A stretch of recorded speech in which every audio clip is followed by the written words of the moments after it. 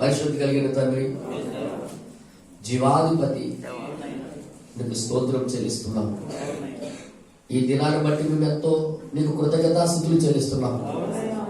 మా ప్రభా, మా దేవా, మమ్మల్ని కనికరించువాడా, నీ ప్రణాళికలు మాకు నువ్వు బోధిస్తున్నావు, నీ ఉద్దేశాలు మాకు నువ్వు తెలియజేస్తున్నావు. ప్రవచనాలు నెరవేర్పు చూడడానికి కనులు మాకు నువ్వు తెలుస్తున్నావు. దేవానికి స్తోత్రం. ఇదిగో మేమందరం కలిసి మీ బల్ల యొద్ద రొట్టెలు తినడానికి వచ్చాము. మీరు విరిచి వడ్డిస్తేనే మంచిదని మేము భావిస్తున్నాం ప్రభు. అయ్యా, మేము మా మధ్యలో ఉన్నారని ఇప్పుడే మేము పాడి ఉన్నాం. మా అందరి హృదయాలతో మీరు మాట్లాడండి. మా జీవితాలు మేము పరీక్షించుకోవడానికి, మా జీవితాలు మేము సరి చేసుకోవడానికి, మీ సన్నిధిలో యథార్థంగా బ్రతకడానికి నువ్వే మాకు సహాయం చేయాలి. నువ్వే మాకు కనికరము చూపించాలి. నువ్వు అక్కడవే మాకు బాగు చేయాలి. నువ్వు అక్కడవే మాకు కాపాడాలి. నువ్వు అక్కడవే మాకు నిలబెట్టాలి. నువ్వు అక్కడవే మాకు ఇక్కడ తీసుకువెళ్ళాలి. అందుకే మీ చేతుల్లో మేము సమర్పించుకుంటున్నాము. దేవా, దేవా, మా మధ్యలోకి మీరు దిగిరండి. ప్రతి హృదయంతో మీరు మాట్లాడండి. ఏదైతే ఎంత మాట కావాల్సిన మెటీరియల్ ఏదైతే అవసరమో ఆ ఎంత మాట విశ్వాసాన్ని ప్రతి అనుకుంటున్నాం ప్రభా. ఏదైతే చూడాలో అది చూసేటట్టుగా, ఏదైతే గ్రహించాలని గ్రహించేటట్టుగా మా హృదయాలను, మా తలంపులను నూతనపరచండి అయ్యా. ఇదిగో మీ చేతుల మీదుగా మేము నడవాలని, మీ చేతుల మీదుగా మేము చెక్కబడాలని, మీ ద్వారానే మేము బాగుపడాలని, మీ ద్వారానే మేము మా భక్తులను కలుపుకొని ఈ కాలంలో మేము వెలుగుటకు కృపను దయచేయమని, చదవబోతున్న వాక్యముల నుండి అభిషేకించబడిన ఆ మాటల్లో నుండి మాకు అందరికీ మీరు అభిషేకించమని చిన్న ప్రార్థన మా ప్రియుడు రక్షకుడైన యేసుక్రీస్తు నామములో అడిగి వేడుకొనుచున్నాము తండ్రి. ఆమేన్, ఆమేన్, ఆమేన్. నిలబడుచుండగానే మన ప్రకటన గ్రంథం తెచ్చి మనం చదువుకుందాం. ప్రకటన గ్రంథం 6వ అధ్యాయము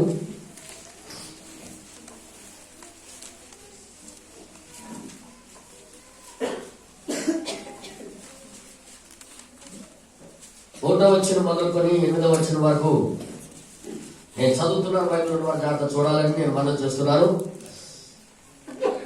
ప్రకటన గ్రంథము 6వ అధ్యాయము 1వ వచనం నుండి 8వ వచనం వరకు నేను చదువుతున్నాను.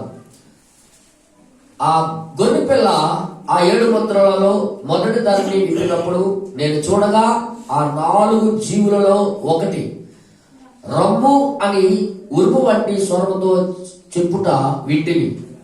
మరియు నేను చూడగా ఇదిగో ఒక తెల్లని గుర్రము కనబడెను. దాని మీద ఒకడు విల్లు పట్టుకొని కూర్చుండి ఉండెను. అతనికి ఒక కిరీటం ఇవ్వబడెను. అతడు జయించుటకు బయలు వెళ్ళెను. ఆయన 2వ ముద్ర విప్పబడినప్పుడు రమ్ము అని 2వ జీవి చెప్పుట వింటిని. అప్పుడు ఎర్రనిదైన వేరొక గుర్రము బయలు వెళ్ళెను. మనుషులు ఒకరినొకడు చంపుకున్నట్లు భూలోకంలో సమాధానం లేకుండా చేయుటకు ఈ గుర్రం మీద కూర్చున్న వానికి అధికారం ఇయ్యబడెను. మరియు అతనికి ఒక పెద్ద ఖడ్గం ఇయ్యబడెను. ఆయన 3వ ముద్ర విప్పినప్పుడు రమ్ము అని 3వ జీవి చెప్పుట వింటిని. నేను చూడగా ఇదిగో ఒక నల్లని గుర్రము కనబడెను. దాని మీద ఒకడు త్రాసు చేత పట్టుకొని కూర్చుండి ఉండెను. మరియు దేనారములకు ఒక సేరు గోధుమలనియు దేనారములకు 3 సేర్లు ఎవరలనియు నూనెను ద్రాక్ష రసమును పాడు చేయవద్దనియు ఆ 4 జీవుల మధ్య ఒక స్వరము పలికినట్టు నాకు వినబడెను. మరి ఆయన 4వ ముద్ర ఇప్పినప్పుడు రమ్ము అని 4వ చెప్పుట వింటిని. అప్పుడు నేను చూడగా ఇదిగో పాండురంగ వర్ణము గల ఒక గుర్రము కనబడెను. దాని మీద కూర్చుని వాని పేరు మృత్యువు. పాతాళ లోకము వారిని వెంబడించను. కర్తము వలనను కరువు వలనను మరణము వలనను భూమిలో నుండు క్రూరమోగము వలననైనను భూనివాసులను చంపుటకు భూమి యొక్క 4వ భాగం పైన అధికారం వారికి ఇయ్యబడెను. ప్రార్థన చేసుకుందాం. ప్రేమ కలిగిన తండ్రి, సర్వశక్తిమంతుడా, నీ పరిశుద్ధ నామాన్ని బట్టి మీకు స్తోత్రాలు. ఈ చదవబడిన గొప్ప మాటలను బట్టి మీకు స్తోత్రాలు. నువ్వు భవిష్యత్తు ఎరిగిన దేవుడివి. నువ్వు సంకల్పించినది ప్రతిదీ కూడా, నువ్వు పలికిన ప్రతిదీ కూడా భూమి మీద జరగడం మేము చూస్తున్నాం ప్రభా. అది దాన్ని బట్టి నీ మాట ఎంత యథార్థమైనదో, నువ్వు ఎంత సత్య సాక్షివో మాకు అర్థమవుతున్నది ప్రభా. నువ్వు చెప్పినదంతా మా కళ్ళ ఎదుటే అవి జరగడం మేము చూస్తున్నాం. నువ్వు ఆడిన మాట ఎప్పుడు విఫలం కాదని, అది భూమి ఆకాశం గతించినా అది గతించదని మేమే దానికి సాక్షులుగా ఇక్కడ మేము నిలబడి చూస్తున్నాం. మా ప్రభా నీకే స్తోత్రము నాయన. ఈ మా పవిత్ర గ్రంథములో నుండి నువ్వు రాయించిన మాటలు కొన్ని మేము చదివాము. దాని ద్వారా మా కనువిప్పు కలుగు చేయబడ్డ కృపను దయచేయమని చిన్న ప్రార్థన యేసుక్రీస్తు నామములో అడిగి వేడుకొనుచున్నాము తండ్రి. ఆమేన్, ఆమేన్. దేవుడు నామానికి మహిమ కలుగును గాక. దయచేసి ఎవరి సీట్లో వాళ్ళు కూర్చోవచ్చు. జాగ్రత్తగా మౌనంగా ప్రతి ఒక్కరు ఈ రోజు జాగ్రత్తగా వర్తమానం వినాలని నేను కోరుతున్నాను. God bless you. దేవుడు మీ అందరినీ దేవుడు దీవించును గాక. అందరూ బాగున్నారా? ఏదో వచ్చి వెళ్ళిపోతామో అనుకున్న వారికి ఇదేది అర్థం కాదు. కానీ దేవుడి సన్నిధిలోకి వచ్చిన తర్వాత ఏదో మనం నేర్చుకుందాము, మన జీవితాలకు సంబంధించింది దేవుడు ఏదో ఇవ్వబోతున్నాడని పట్టుకోవాలని వచ్చిన వారందరూ కూడా ఈ రోజు అందరికీ అది దొరకబోతుందని నేను నమ్ముతున్నాను. హల్లెలూయా, హల్లెలూయా. దేవుడి నామానికి మహిమ కలుగును గాక. God bless you. ఎప్పుడైనా ఒక విషయం జాగ్రత్తగా గుర్తుపెట్టుకోండి. దేవుడి వాక్యము నెరవేరడం ఎటువంటి వారికి ఆనందం కలుగుతుందంటే, ఎవరికి ఉజ్జీవింపజేస్తుందంటే దేవుడు యొక్క వాక్యానికి ప్రేమించిన వారికి. ఇంకోసారి నేను చెప్తున్నా, వాక్యము నువ్వు ప్రేమిస్తే ఆ వాక్యము నెరవేరడం గొప్ప సంతోషంగా ఉంటుంది. చూసారా, కొంతమంది నవ్వుతున్నారు, ఏదో తలంపులు ఉన్నారు ఇక్కడ. దేవుని వాక్యానికి నువ్వు ప్రేమిస్తే ఆ వాక్యము నెరవేరడం అనేది నువ్వు చూసినప్పుడు నీ లోపల ఒక ఉద్యమం లభిస్తుంది.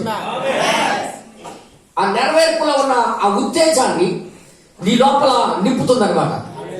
అప్పుడు నీకు ఎలాగా ప్రవర్తించినట్టుగా చేస్తుందంటే, ఎవడో తాగినవాడు ఎలాగైతే పిచ్చి మాట్లాడుతారో నువ్వు అలా మాట్లాడటం ప్రారంభిస్తావు. ఎందుకంటే అది నీకు తాకింది. ఆ నెరవేర్పు అనేది నీకు తాకింది కాబట్టి, అది నువ్వు చూస్తున్నావు కాబట్టి నీ లోపల గొప్ప ఆనందం నింపబడుతుంటావు. ఆ నెరవేర్పు జరుగుతున్నప్పుడు అబ్బా నా జీవితానికి కూడా ఒకటి వాగ్దానం చేశాడు, అది కూడా నెరవేరుతుందని ఒక ధైర్యం వస్తుంటుంది. ఏమా వాక్యం దేవుడు చెప్పినప్పుడు ఆ వాక్యం నెరవేరడం నువ్వు చూస్తున్నావు. ఎప్పుడు ఆనందం అనిపిస్తుంది అంటే నువ్వు వాక్యానికి ప్రేమించినప్పుడు. వాక్యానికి ప్రేమించి దాని గురించి గమనించిన వారికి అది నెరవేరుతుంటే గొప్ప ఉత్తేజంతో నింపబడతారు వారు. దాన్నే దేవుడు కోరుతున్నాడన్న. దేవుడు నామానికి మహిమ కలుగును. ఆ రోజు 120 మందికి వారికి ఉత్తేజపరిచి వాళ్ళకు కేకలేసినట్టుగా మాట్లాడినట్టుగా ఏం చేసిందంటే, ఆ కాలానికి వారి కోసం వాగ్దానం చేయబడిన వాక్యము వారి లోపల నెరవేరడం చూశారు వారు.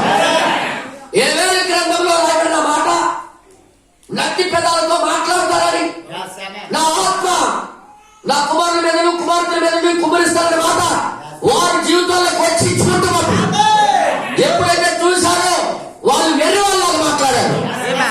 హల్లెలూయా. దానికి ప్రవక్త బైబిల్ చెప్తుంది ద్రాక్షారసంతో పోల్చారు. దాన్ని ద్రాక్షారసంతో పోల్చారు. ద్రాక్షారసంతో పోల్చారు. ద్రాక్షారసం దేనికి సదృశం? మత్తునిస్తుంది. తాగేటప్పుడు మత్తునిస్తుంది. ఆ మత్తులో ఒక మనిషికి ఎంత శక్తి వచ్చేస్తుంది అంటే చూడండి ఒకసారి, ఎంత ఊదితే పడిపోయిన వ్యక్తి కూడా తాగుతే ఏం మాట్లాడతాడు? లేపేస్తాడు నీకు అంటుంటాడు. ఎందుకు అంటే వాడు కాదు, వాడు స్వాధీనుడు. వాడు లోపలికి ఏదో అది మత్తు వెళ్ళింది. ఆ మత్తు వాడికి మాట్లాడేటట్టుగా చేస్తాడు. ఆ మత్తు ఏమో వాడికి ధైర్యం తీసుకొని వస్తుంది. ఎప్పుడైనా చూసారా? నేను మా ఇంట్లో చూశాను. ఆడవాళ్ళ చేత తన్నులు తిన్నోడు కూడా ఆ భార్యతో తన్నులు తింటుంటాడు. తాగి వచ్చి మాత్రం ఏమంటుంటాడు అంటే, ఏమైనా నాటకాలు చేస్తాడండి రప్పిట్టు అంటుంటాడు. ఆ నిశా వదిలేస్తే పారిపోతాడు. ఆ నిశా ఉండేటప్పుడు మాత్రం ఎలా మాట్లాడుతుంటాడంటే, ఎక్కడ లేని ధైర్యం అంతా వాడికి వచ్చేస్తుంటాడు. రమాలి మీ అన్నదమ్ములకి, అన్నదమ్ములతో 100 సార్లు తింటాడు ధనులు. రమాలి మీ అన్నదమ్ములకి, రమాలి మీ నాన్నకి, రమాలి మీ అమ్మకి, నాటకాలు చేస్తాడు. ఒకరికి తంతాలు అంటుంటాడు. చూసారా? ఏంటి వాళ్ళకి అలా ఉత్తేజపరుస్తుంది? ఏంటి వాడికి అలా రేకెత్తిస్తుంది? ఆ మత్తు. అలాగే దేవుడు వాక్యంలో ఉన్న సత్యమైన మత్తు ఒక జరగడం నీ జీవితంలో చూసినప్పుడు నీలో కూడా ఒక శక్తిని నింపబడుతుంది. నీలో కూడా ఒక ఉత్తేజం తీసుకొని వచ్చి పెడుతుంటాడు. హల్లెలూయా! ఆ నువ్వు ఉన్న స్త్రీకి ఎవరు అలాగా ఉత్తేజపరిచేటట్టుగా చేశాడు? జాగ్రత్తగా ఇప్పుడే చెప్పాను. వాక్యము విన్నది ఎంతకాలం విన్నది, అది నెరవేర్పు చూసింది. తర్వాత ఎంతకాలం విన్నద వాక్యము ఆమె జీవితం దగ్గర నెరవేర్పు చూసినప్పుడు అప్పుడు అదే కదా ఆమెకి ఎన్నిదాలుగా చేసింది. అదే కదా తన కొండలు చేసింది. అదే కదా ఊర్లను పరిగెత్తికి వెళ్ళి ఎవరైనా సరే తప్పుగా తిరిగి ఆడదాని మాట ఎవరైనా వింటారా? వేసు మాట ఎవరైనా వింటారా? కానీ ఆమె జీవితంలో అది జరగడం చూసిందామే. రండి నేను చేసినవన్నీ నాతో చెప్పిన వారికి మెసేజ్ వస్తారని ఇంతకాలం మనం చూసాం. ఆ మెసేజ్ వస్తే కానీ ఇప్పుడు నా జీవితంతో అది జరిగింది. జరగడం చూసింది. ఎప్పుడైతే పరిగెట్టింది, కొండ వదిలేసి కొండను కూడా మర్చిపోయింది అక్కడ ప్రవర్తిస్తున్నాం. 7 మంత్రంలో ఆ విషయం చెప్తాడు. ఆ తర్వాత చెప్పిన తర్వాత నేను వర్తమానంలోకి మీకు తీసుకుని వెళ్తాను. దయచేసి వినండి. 3వ ముద్రలో ఇలాగ రాయబడింది. మీరు చూసినట్లయితే 3వ ముద్రలో ఇలా చెప్తాడు. 320 పేర అనుకుంటా.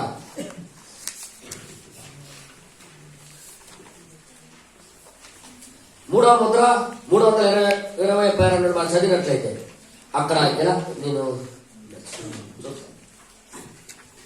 ఇప్పుడు మీ మధ్యలో ఒకటి లేచి తన ఆత్మ సంబంధిని గాని అవును లేక ఒక ప్రవక్తనని గాని చెప్పుకొని మరియు ఈ కార్యములు చెప్పిన ఎడల అవును మరియు అది నెరవేరకున్న ఎడల అతనిని లక్ష్య పెట్టకండి. 22 క్షమించండి 22 నుండి 22 ఇదంతా మీకు తెలుసు. క్రీస్తు అనబడు మెస్సియా వచ్చునని మాకు తెలియను. ఏమంటుందామే? యేసుతో మాట్లాడుతున్నప్పుడు యోహాను సువార్త 4వ అధ్యాయంలో అది ఉంది. ఆమె స్టోరీ తెలుసు కదా. క్రీస్తు మా దగ్గరికి వచ్చినప్పుడు క్రీస్తు అనబడు మెస్సియా వచ్చునని మాకు తెలియను. క్రీస్తు అనే మెస్సియా వస్తాడని మనకు తెలుసు. మరియు ఆయన వచ్చినప్పుడు ఆయన ఈ కార్యములను చేయును. ఆమె అంటే లేఖనాలు పరిశీలిస్తుందా లేదా? ఆమె దేనికి ప్రేమిస్తుందామే? వాక్యానికి ప్రేమిస్తుందామే. నువ్వు కూడా బైబిల్ లేఖనాలకి నువ్వు ప్రేమిస్తే అది జరగడం చూసినప్పుడు నీ లోపల కూడా ఎలా జరుగుతుంది? నువ్వు వాక్యాన్ని ప్రేమించకపోతే ఏదో నువ్వు విన్నావు, ఏదో విన్నావు, వచ్చావు, వెళ్ళిపోయావు అంతే. కానీ వాక్యానికి ప్రేమించిన వారికి ఇది ఒక సూత్రం. దయచేసి వినండి. ఇక్కడ ఆమె దానిని చూచెను. ఏం చూసింది ఆమె? వాక్యానికి చూసింది. మెసేజ్ వచ్చినప్పుడు ఇలా జరుగుతుంది అని చెప్పారు కదా. ఇప్పుడు నువ్వు మెసేజ్ అయితే ఇప్పుడు ఏదో చూపించాలని మరియు నేను ఆయనను అని ఆయన చెప్పాను. ఆ లేఖనంలో చెప్పినది నేనే అని చెప్పాడు ఆయన. ఇంత క్లియర్ గా శాస్త్రుల పరిచయం దగ్గర ఇక్కోలే. నేనే మెస్సీ అని ఎప్పుడు శాస్త్రుల పరిచయంతో చెప్పలే. కానీ నువ్వు దగ్గర ఉన్న స్త్రీతో చెప్తున్నాడు. ఆ నువ్వేదో కాదు, యాకోబు నువ్వే. అది యాకోబు కాలంలో త్రవ్విన నువ్వే ఆ నువ్వు దగ్గర చెప్తుంది. తర్వాత అప్పుడు ఉత్తేజం ప్రారంభమైంది. ఆ లోపల ఏమైంది? వాక్యము నెరవేరడం చూసింది ఆమె. తర్వాత రాయబడింది మరియు అప్పుడు ఆమె ఆమె పట్టణంలోనికి కేకలు వేయచ్చు పరిగెత్తను. కేకలు వేస్తూ పరిగెట్టింది. ఇంతకాలం ఎప్పుడు పరిగెట్టలేదు ఆమె. పట్టణంలోకి పరిగెట్టింది. ఆమె తన యొక్క పాత కొండను అక్కడే విడిచిపెట్టి ఊరిలోనికి వెళ్ళి మరియు వచ్చి చూడుడి అని ఆ మనుషులతో చెప్పారు. అక్కడ ఉన్న ఊరోళ్ళతో చెబుతుంది, రండి చూడండి కావాలంటే. ఏదైతే మీరు చదువుతున్నారో, ఏదైతే మీకు మీ కళ్ళ ద్వారా మీరు చదువుతున్నారో ఆ వాక్యం ఇప్పుడు శరీరం దాల్చింది. ఇంతవరకు అక్షరముగా ఉన్న వాక్యము శరీరం దాల్చి చూడటం చూసిందామె.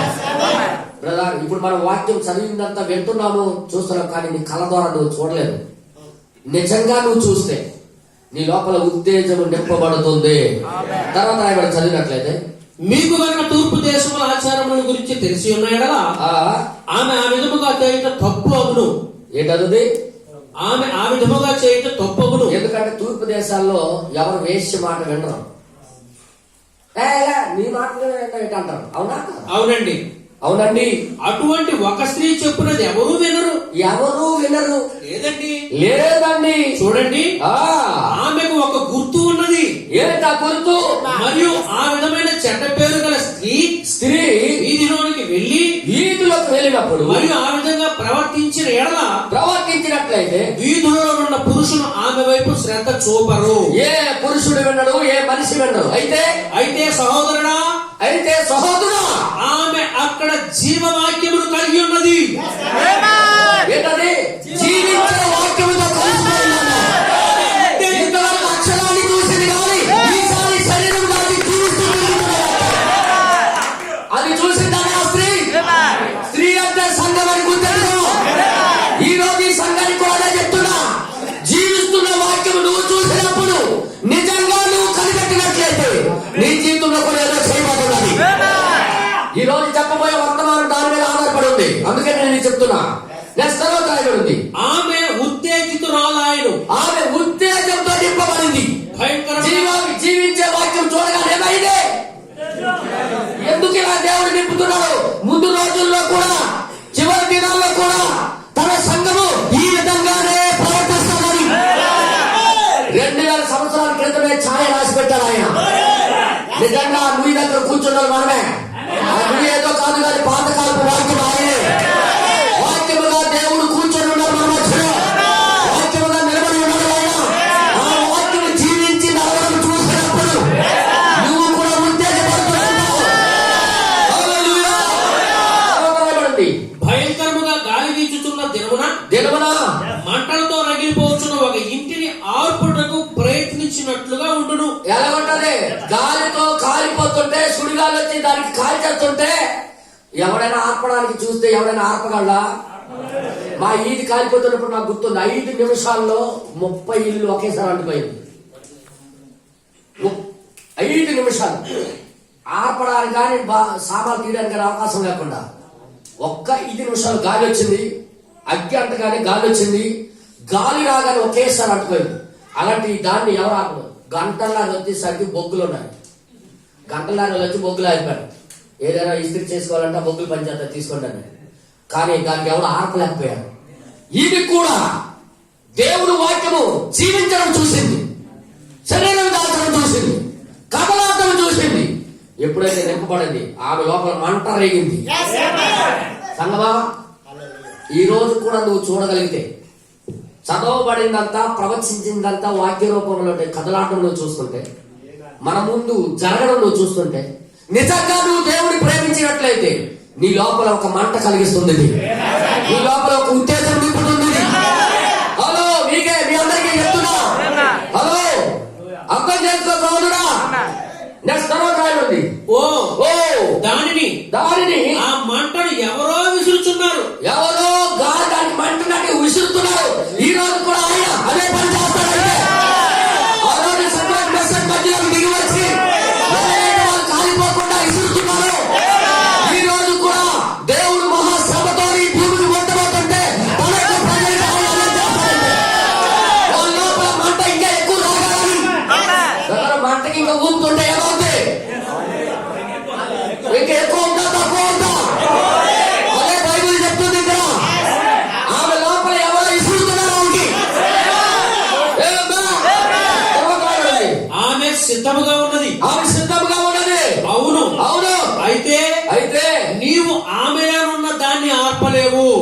నీ జీవితంలో ఆమెలో ఉన్న దానికి నువ్వు ఆర్పలేవు. ఎందుకంటే ఆమె జరగడం మీద చూస్తుంది. అదే దేవుని యొక్క మండుచున్న అగ్ని. దేవుని నామానికి మహిమ కలుగును. అందుకే పేతురు, యాకోబులు వీళ్ళందరూ 120 మందికి ఎవరు ఆపలేకపోయారు అనమాట. వాళ్ళు రగులుకొని బయటకు వచ్చారు. అందరూ తాగేశారు కదా అనుకున్నారు. వాళ్ళ లోపల మంట అలా ఉంది. వాళ్ళు శక్తితో నింపబడ్డారు. వాళ్ళు దేవుడి పై నుండి వచ్చిన శక్తి వాళ్ళలో కూర్చోవడం వాళ్ళు చూసారు. వాళ్ళు నెక్స్ట్ తర్వాత రాయబడింది. అవునండి, అవునండి, ఆమె చెప్పాను, చెప్పింది, మీరు కనుక దాన్ని నమ్మిన ఎడల కూటములు జరుగు ఆ చోటికి రండి, రండి, నేనే మీకు దాన్ని చూపించదను. నేనే మీకు చూపిస్తాను. అవునండి, ఏం చూపించింది? జరుగుతున్న జీవించుచున్న వాక్యం. తర్వాత అదే దానిలోని కార్యము. అవును, అవునండి, అవునండి. కావున ఆ పురుషులు అక్కడికి వెళ్ళారు. ఊరోలు. అయితే ఆయన మరలా ఇంకోసారి దాన్ని చేయలేదు. ఆయన చేయలేదు. అయితే ఆ స్త్రీకి ఏదో జరిగినని వారు ఎరిగి ఉండిరి. దేవుడి యొక్క క్రియ ఎవరో చూసారు? వాళ్ళు యేసు ప్రభు వాళ్ళ ముందు ఏం చేయలే, కానీ ఈమెలో జరిగింది చూశారు. ఇప్పుడు దేవుడిని ఎక్కడ చూశారు? వాళ్ళు ఆ స్త్రీలో చూశారు. మెసేజ్ ఎక్కడ చూశారు? వాళ్ళు ఈ రోజు కూడా మెసేజ్ ఎక్కడ చూశారు? వాళ్ళు ప్లేస్, మెసేజ్ చూడవలసిన ప్లేస్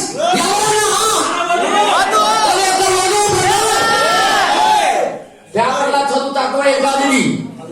హల్లెలూయా. నెక్స్ట్ తర్వాత ఆమె మారిపోయాను. అవును, కావున వారు ఆయనను నమ్మిరి. అప్పుడు నమ్మారు. అవునండి, ఆ మార్పు చెందుట ఆమెలో జరగడం వాళ్ళు చూశారు. నా ప్రియ సహోదరులారా, ఈరోజు చర్చికి వచ్చి వెళ్ళిపోతే ప్రయోజనం కాదు. మనము కూడా మారిపోయామనేది జనాలు చూడాలి.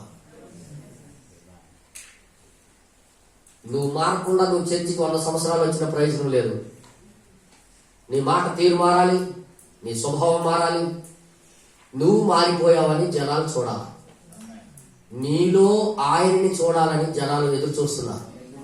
ప్రవక్త ఎన్నిసార్లు ఈ మాట చెప్పడం గుర్తుందా మీ అందరికి? హల్లెలూయా. మార్పు అనేది నీ లోపల జరగాలి.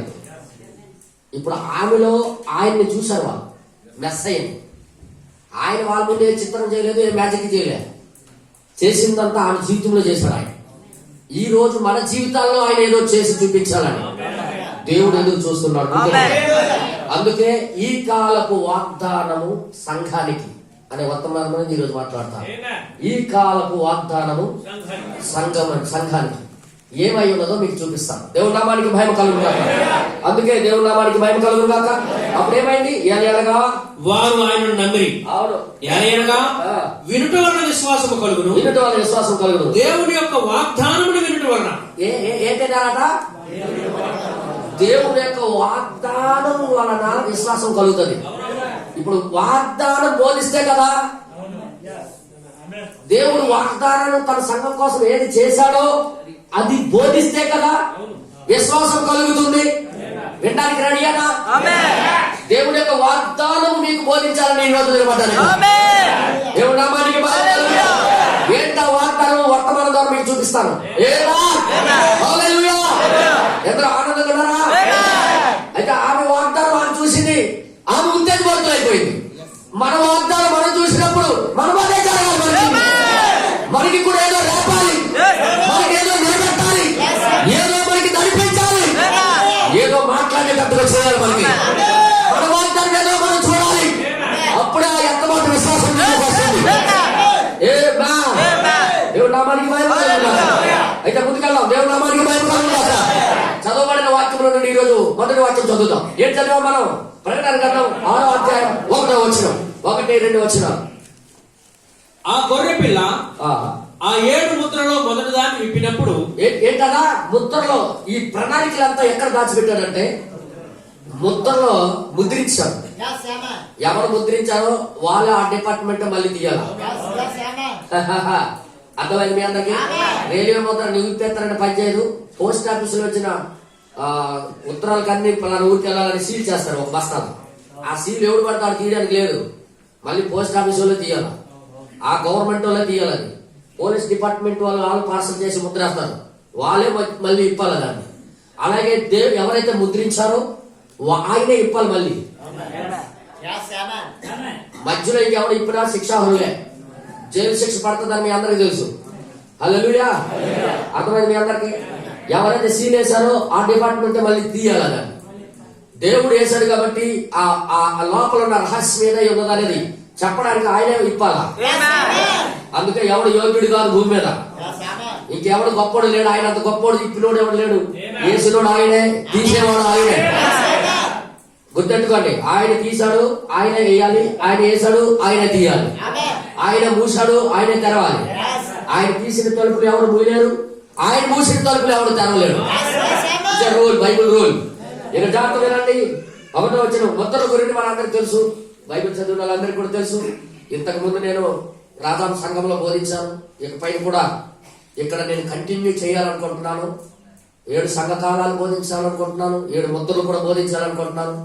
బోధించే ముందు దేవుడి యొక్క ప్రణాళిక ఏదో మీకు కొద్దిగా చెప్పాలనుకుంటున్నాను. నేను ఇంతకు ముందు 12 సంవత్సరాల క్రితం దీన్ని బోధించాను. నేను 12 సంవత్సరాల క్రితం బోధించాను. అప్పుడు మీరు అందరూ రాలే కాబట్టి ఇంకొకసారి నేను ప్రారంభించాలనుకుంటున్నాను. ఎవరు మిస్ కాకుండా వస్తానంటే నేను బోధించడానికి రెడీ. అర్థమైంది మీ అందరికి?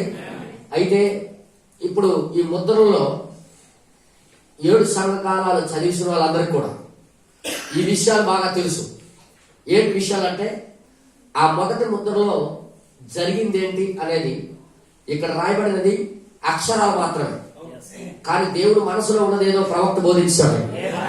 ఆ గుర్రం అంటే ఏంటి, ఆ గుర్రం మీద కూర్చుని వాడేవాడు అనేది బోధించాడు ఆయన. ఆ గుర్రం మీద వచ్చింది. నేను మీకు 7 సంఘాలు బోధించలేదు కాబట్టి మీకు కొద్దిగా కష్టంగా ఉంటుంది. అర్థం చేసుకోండి. 7 సంఘకాలాలంటే పెంతెకోస్తు దినం నుండి ఈ యుగం వరకు దేవుడు 7 భాగాలు చేశాడు. ఎంతమందికి అర్థమైంది? ఈ 2000 సంవత్సరాలు ఎన్ని భాగాలు చేశాడు దేవుడు? 7 భాగాలు చేశాడు. ఈ 7 భాగాలు కూడా 7 భాగాలు చేసి, అంటే ఆ కాలం నుండి ఈ కాలం వరకు 7 భాగాలు చేశాడు ఆయన. ఒక్కొక్క కాలానికి కేటాయించిన ప్రకారంగా 7 దూతలు పంపించాడు ఆయన. 7 దూతలు కూడా ఆ కాలానికి వచ్చిన దేవుని యొక్క మాటని తీసుకుని వచ్చారు. ఆ కాలంలో భూమి మీద సాతానుడు తన యొక్క ప్రజలకి చెరపటానికి చేస్తున్న కార్యానికి వ్యతిరేకంగా తన జీవింప చేయడానికి దేవుడు తన బోధను పంపించాడు ఆయన. వాడితో మీరు నాశనం అయిపోకూడదనే ఉద్దేశంతో దేవుడు ఆ విధంగా జీవింప చేయడానికి, తన ప్రజల కోసం జీవింప చేయడానికి, వారి ప్రజలు కాపాడడానికి ఆయన మాటలు పంపించి వాళ్ళకి కాపాడుకున్నాడు ఆయన. ప్రతి కాలంలో అలాగే కాపాడుకున్నాడు తన ప్రజల్ని. మీ అందరికీ తెలుసు ఆ విషయం.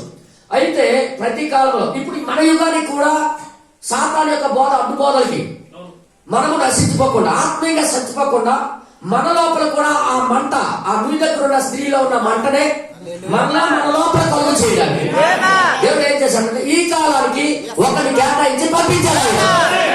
సంఘ శాఖలు ఏమంటున్నాయంటే మాకే మనుషులు అక్కర్లేదు, మాకే ప్రవక్త అవసరం లేదు, మేము నేర్చుకున్న ట్రైనింగ్ పొందిన మేమే బోధిస్తాం, మీరు వినాలి అంటున్నారు. మేము వారి బోధన వింటే నాశనం అయిపోతాం. కానీ దేవుడు ఎంత నుండి పంపించిన వాళ్ళ యొక్క బోధన వింటే మనమందరం బ్రతుకుతాం. అందుకే ఈ కాలానికి ఒకరిని కేటాయించాడు ఆయన. అయితే ప్రతి కాలంలో వాడు ఏ విధంగా పని చేసుకుంటూ వచ్చాడో వింటున్నారా? ఏ విధంగా వాడు పని చేసుకుంటూ వస్తున్నాడో వాడంటే వాడు శత్రువు. సాతానుడు ఎలాగా రూపు దాచుకుంటూ సంఘంలో, సంఘ శాఖల్లో, సంఘాల్లో దేవుడు మనుషులు ఉన్నారు, మరి వాడి మనుషులు కూడా ఉన్నారు.